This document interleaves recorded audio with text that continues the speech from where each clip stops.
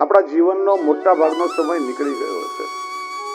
જે સમય નીકળી ગયો છે ને પાછો તમે વાળી શકવાના નથી. જે કઈ જીવનમાં આપણે કર્મ કર્યું, વાવેતર તો થઈ ગયું કર્મનું. જે સમય જીવનમાં જે શેષ બચ્યો છે જીવવા માટે, એને સુધારવું એ તમારા હાથમાં છે. ઘણી વાર કહું, એક મકાનમાં 3 મિત્રો રહેતા હતા અને મકાનમાં અચાનક આગ લાગી. એક મિત્ર ગયો ફાયર બ્રિગેડ વાળાને, બંબાવાળાને ફોન કર્યો. પ્રતીક્ષા કરવા લાગ્યો કે હમણાં બંબાવાળા આવશે, આગ ઓલવશે. બીજા મિત્રે વિચાર કર્યો કે આગ વધારે ને વધારે સળગી રહી છે, ક્યારે બંબાવાળા આવશે. એ આવીને પેલા હું કઈક આગ ઓલવવાનો પ્રયત્ન કરું. ડોલ લઈને ગયો અને ભરી ભરીને પાણી નાખવા લાગ્યો.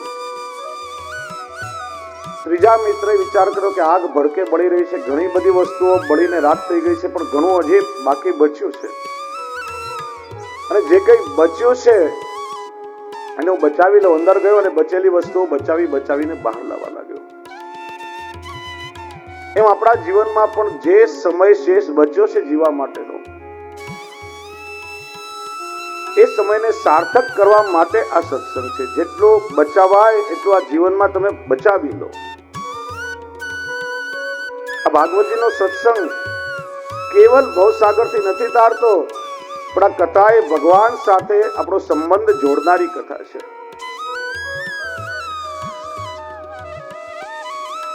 જગતમાં 2 ગંગા એવી છે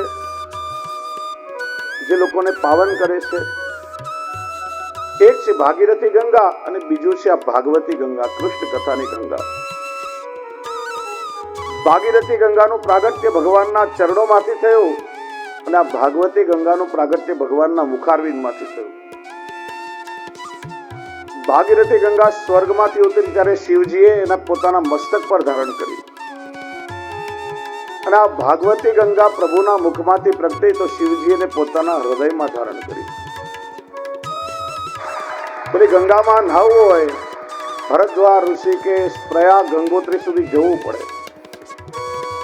પણ આ કૃષ્ણ કથાની ગંગા એવી છે કે આપણે જ્યાં બેઠા હોઈએ ત્યાં આવીને આપણને પાવન કરે છે. કોઈનો તરસ્યો દેખાય તો એના ઘર સુધી આવીને પાવન કરે છે.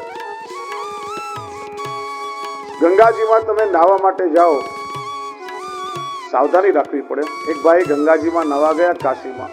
પેલા ગોર બાપાને પૂછ્યું કે મારે મોઢું કઈ બાજુ રાખવું, કે આ પાકીટ ને રૂપિયાને જ્યાં મૂક્યા હોય ને એ બાજુ.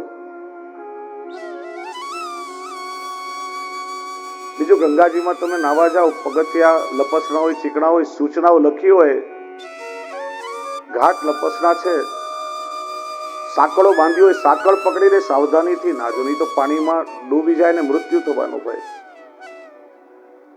પણ કૃષ્ણ કથાની ગંગા એવી છે, એવા ડૂબીએ કે બહાર નીકળવાનું મન જ ન થાય.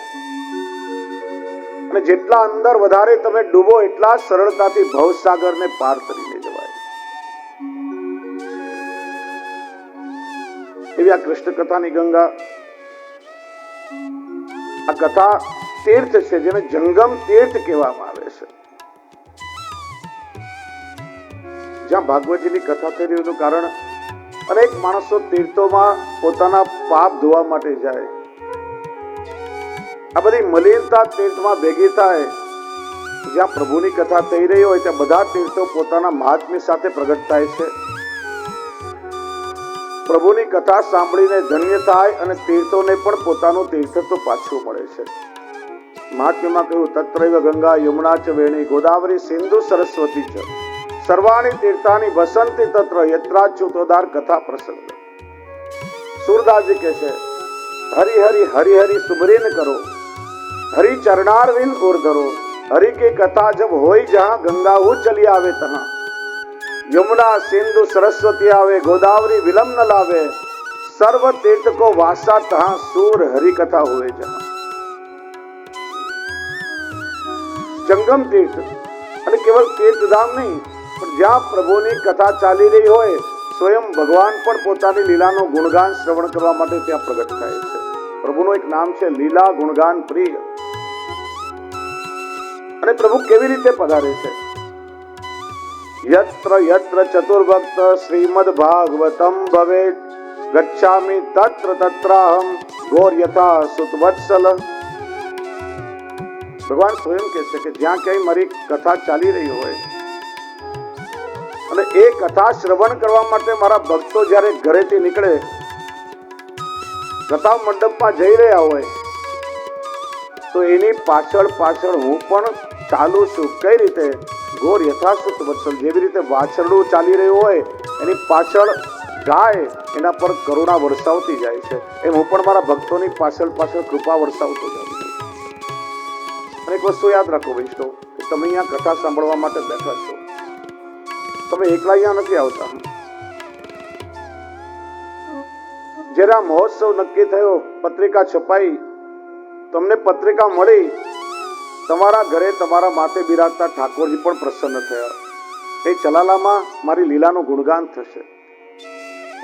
તમે ઘરેથી ચાલીને જ્યારે કથામાં આવ્યા, સાથે સાથે તમારા માથે બિરાજતા ઠાકોરજી તમારા સેવ્ય સ્વરૂપ પણ અહીંયા પધારીને તમારા ખોળામાં બિરાજીને કથાનું શ્રવણ કરે છે. અને એટલા માટે વિવેક છે, શરીરમાં કોઈ કષ્ટ હોય, તકલીફ હોય, ઘોટણની કમરની, તમે ખુરશી સોફા પર બેસો, કંઈ વાંધો નથી. દેહ ધર્મ જરૂરી છે, પણ જો સ્વસ્થ હોય તો કથામાં પલાઠી વાળી વિવેકથી બેસવું જોઈએ, આપણા પગ ન દેખાય એ રીતે. એનું કારણ 6 મહિનાનું બાળક માના ખોળામાં બેઠું હોય, માં સતત બાળકના સુખનો વિચાર કરે, પોતાનું નહીં. એમ આપણા ખોળામાં સ્વયં પ્રભુ બિરાજે અને પોતાની લીલાનું ગુણગાન શ્રવણ કરે છે. એટલા માટે બીજું, કથા સત્સંગ જ્યાં ચાલી રહ્યો હોય એ વખતે વક્તા અને શ્રોતા જ્યારે એકબીજામાં તન્મય થાય, ત્યારે વાતો કરવી કે મોબાઈલ કરવો, ફોન સાંભળવો કે કોઈ એવી પ્રવૃત્તિ કરવી, ઊભા થઈને આટા મારવા, કે જેનાથી કોઈ શ્રોતાને વિક્ષેપ પડે, તો ભગવત કથામાં વિક્ષેપ કરવો એ સૌથી મોટો અપરાધ કહેવાય છે. વૈષ્ણવ એનાથી પણ સાવધાન. ક્યારે કોઈ કામ હોય અને ઊભા થઈને જવું પડે, એવી રીતે શાંતિથી ચૂપચાપ ઉઠીને જવું કે કોઈને વિક્ષેપ ના પડે. આપણા કારણે જો કોઈ શ્રોતાને કથારસમાં વિક્ષેપ પડે, એ શાસ્ત્રમાં બહુ મોટો અપરાધ કહેવાયો છે. એટલા માટે શ્રોતાઓએ પણ સાવધાની રાખવી. કથા છે એમ આવીને માણસનું મન શાંત થવું જોઈએ. અહીંયા પરમ શાંતિનો અનુભવ થાય છે. આજે લૌકિકમાં ચારે બાજુ માણસો શાંતિને શોધવા માટે નીકળી પડ્યા છે. કોઈને તમે પૂછો, આ બધી મહેનત પરિશ્રમ તમે શા માટે કરો છો? કે સુખ અને શાંતિ મળે એટલા માટે. પણ મજાની વાત એ છે કે શાંતિ મેળવવા માટે માણસ આજે સૌથી વધારે અશાંત બની ગયો છે. કારણ કે માણસને આજે ખબર નથી કે સાચું સુખ અને શાંતિ માણસને ક્યાં મળશે. તમે કોઈ બહુ મોટો માણસ હરિશરણ થાય, એની શ્રદ્ધાંજલિ સભામાં તમે ક્યારે ગયા હશો? લોકો શું કહેતા હોય? ક્યારે તમે એવું સાંભળ્યું છે, હે પ્રભુ, પેલા ભાઈને મોબાઈલ બહુ પસંદ હતો, ત્યાં ઉપર એક સારો કેમેરા વાળો મોબાઈલ એને આપી દેજો. પેલા ભાઈની ગાડી બહુ ગમતી હતી, એકાદ સારી મર્સિડીઝ કે BMW એને તમે ત્યાં આપી દેજો. પેલા ભાઈને મકાનનો બહુ શોખ હતો, એક સારો બંગલો પ્રભુને ત્યાં. ક્યારે કોઈને એવું કહેતા સાંભળ્યા તમે? લોકો શું કહેતા હોય? શું કહેતા હોય? પ્રભુએ જ્યાં હોય એની આત્માને શું આપજો? શાંતિ આપજો.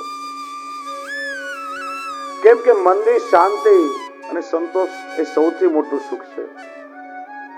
અને શાંતિ અને સુખ આપણને ક્યાં મળશે?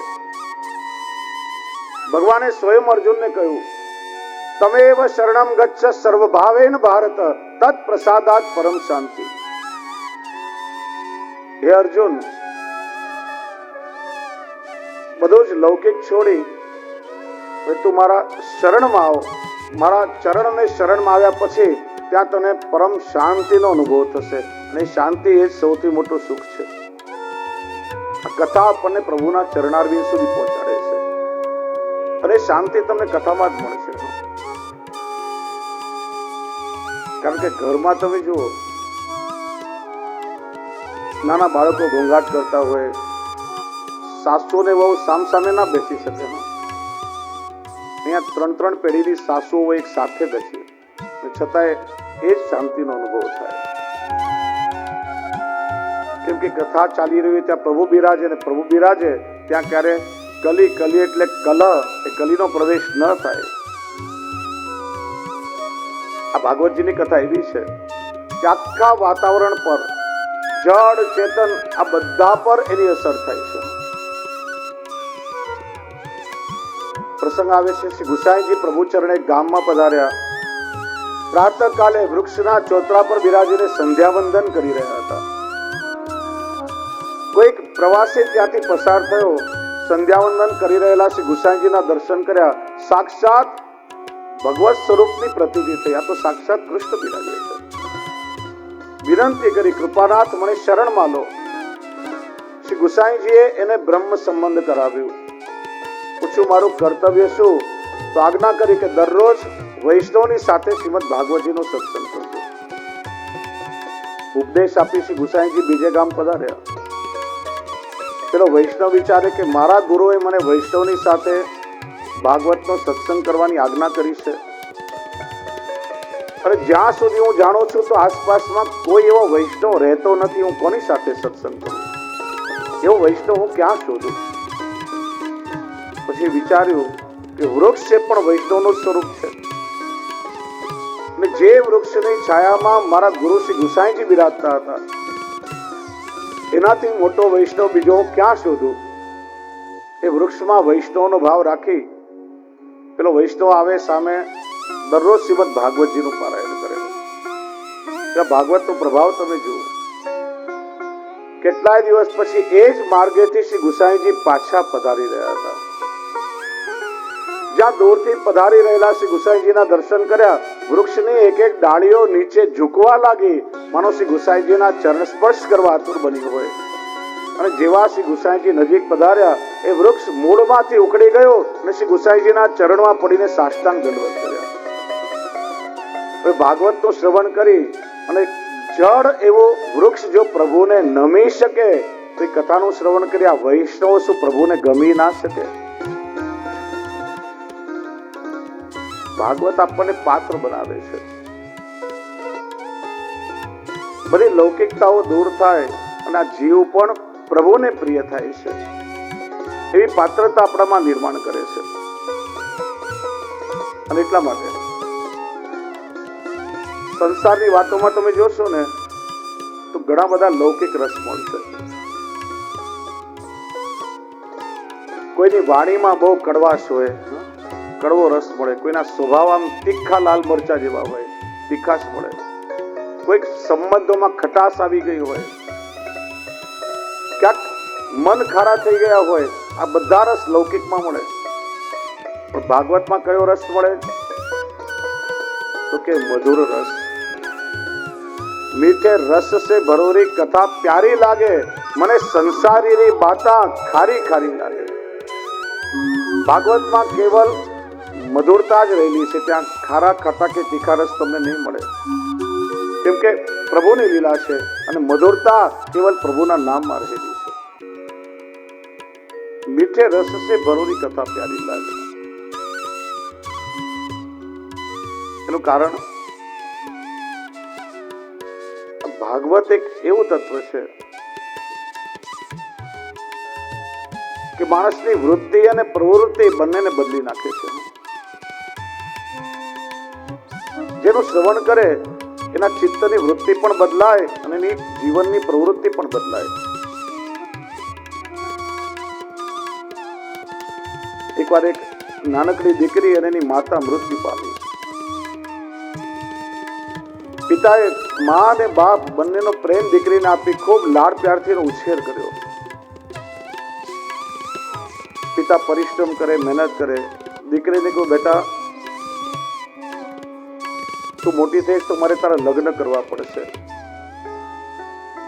અને તારા લગ્ન માટે હું અત્યારથી થોડા થોડા રૂપિયા ભેગા કરીશ તો સારી રીતે તારા લગ્ન કરી શકીશ. પિતા જે કઈ કમાય, ખર્ચો કાઢીને જે બચત કરે, દીકરીને આપે. અને પિતાએ કહ્યું, બેટાને બહુ સંભાળીને રાખજે. જ્યારે જરૂર પડશે ને ત્યારે હું તારી પાસે માગીશ. પિતા દીકરીને આપે ને દીકરી સાચવી અને પેલા રૂપિયા મૂકે. દીકરી મોટી થઈ, એની સગાઈ થઈ, લગ્ન નક્કી થયા.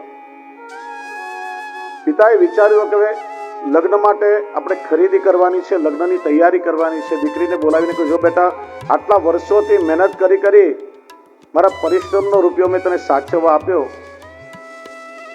એ તારા લગ્નની ખરીદી કરવાની છે. બેટા, એ રૂપિયા તું મને આપ અને ચાલ આપણે હવે તારા મનપસંદની ખરીદી કરીએ. બધી પેલી દીકરી ભાગવતજીની પોથી લઈ આવી અને ભાગવતજીના એક એક પાના ખોલીને 500ની નોટ, 100ની નોટ, 200ની નોટ પિતાને આપવા લાગી. પિતા કે, બેટા, આ શું? આટલી મહેનત કરી અને આ રૂપિયા કમાઈને મેં તને સાચવવા આપ્યા અને બેંકમાં કે તિજોરીમાં મૂકવા જોઈએ ને તે ભાગવતની પોથીમાં મૂક્યા. બેટા, કોઈ ચોરી ના લે, તે જરાય વિચાર ના કર્યો. દીકરીએ બહુ સરસ કહ્યું, પિતાજી, જે વ્યક્તિ ઘરમાં ચોરી કરવાનો વિચાર લઈને આવે ને એ ક્યારે ભાગવતની પોથી ખોલે નહીં. ને એકવાર જે ભાગવતની પોથી ખોલે પછી એને ચોરી કરવાનો વિચાર આવે નહીં કોઈ દિવસ.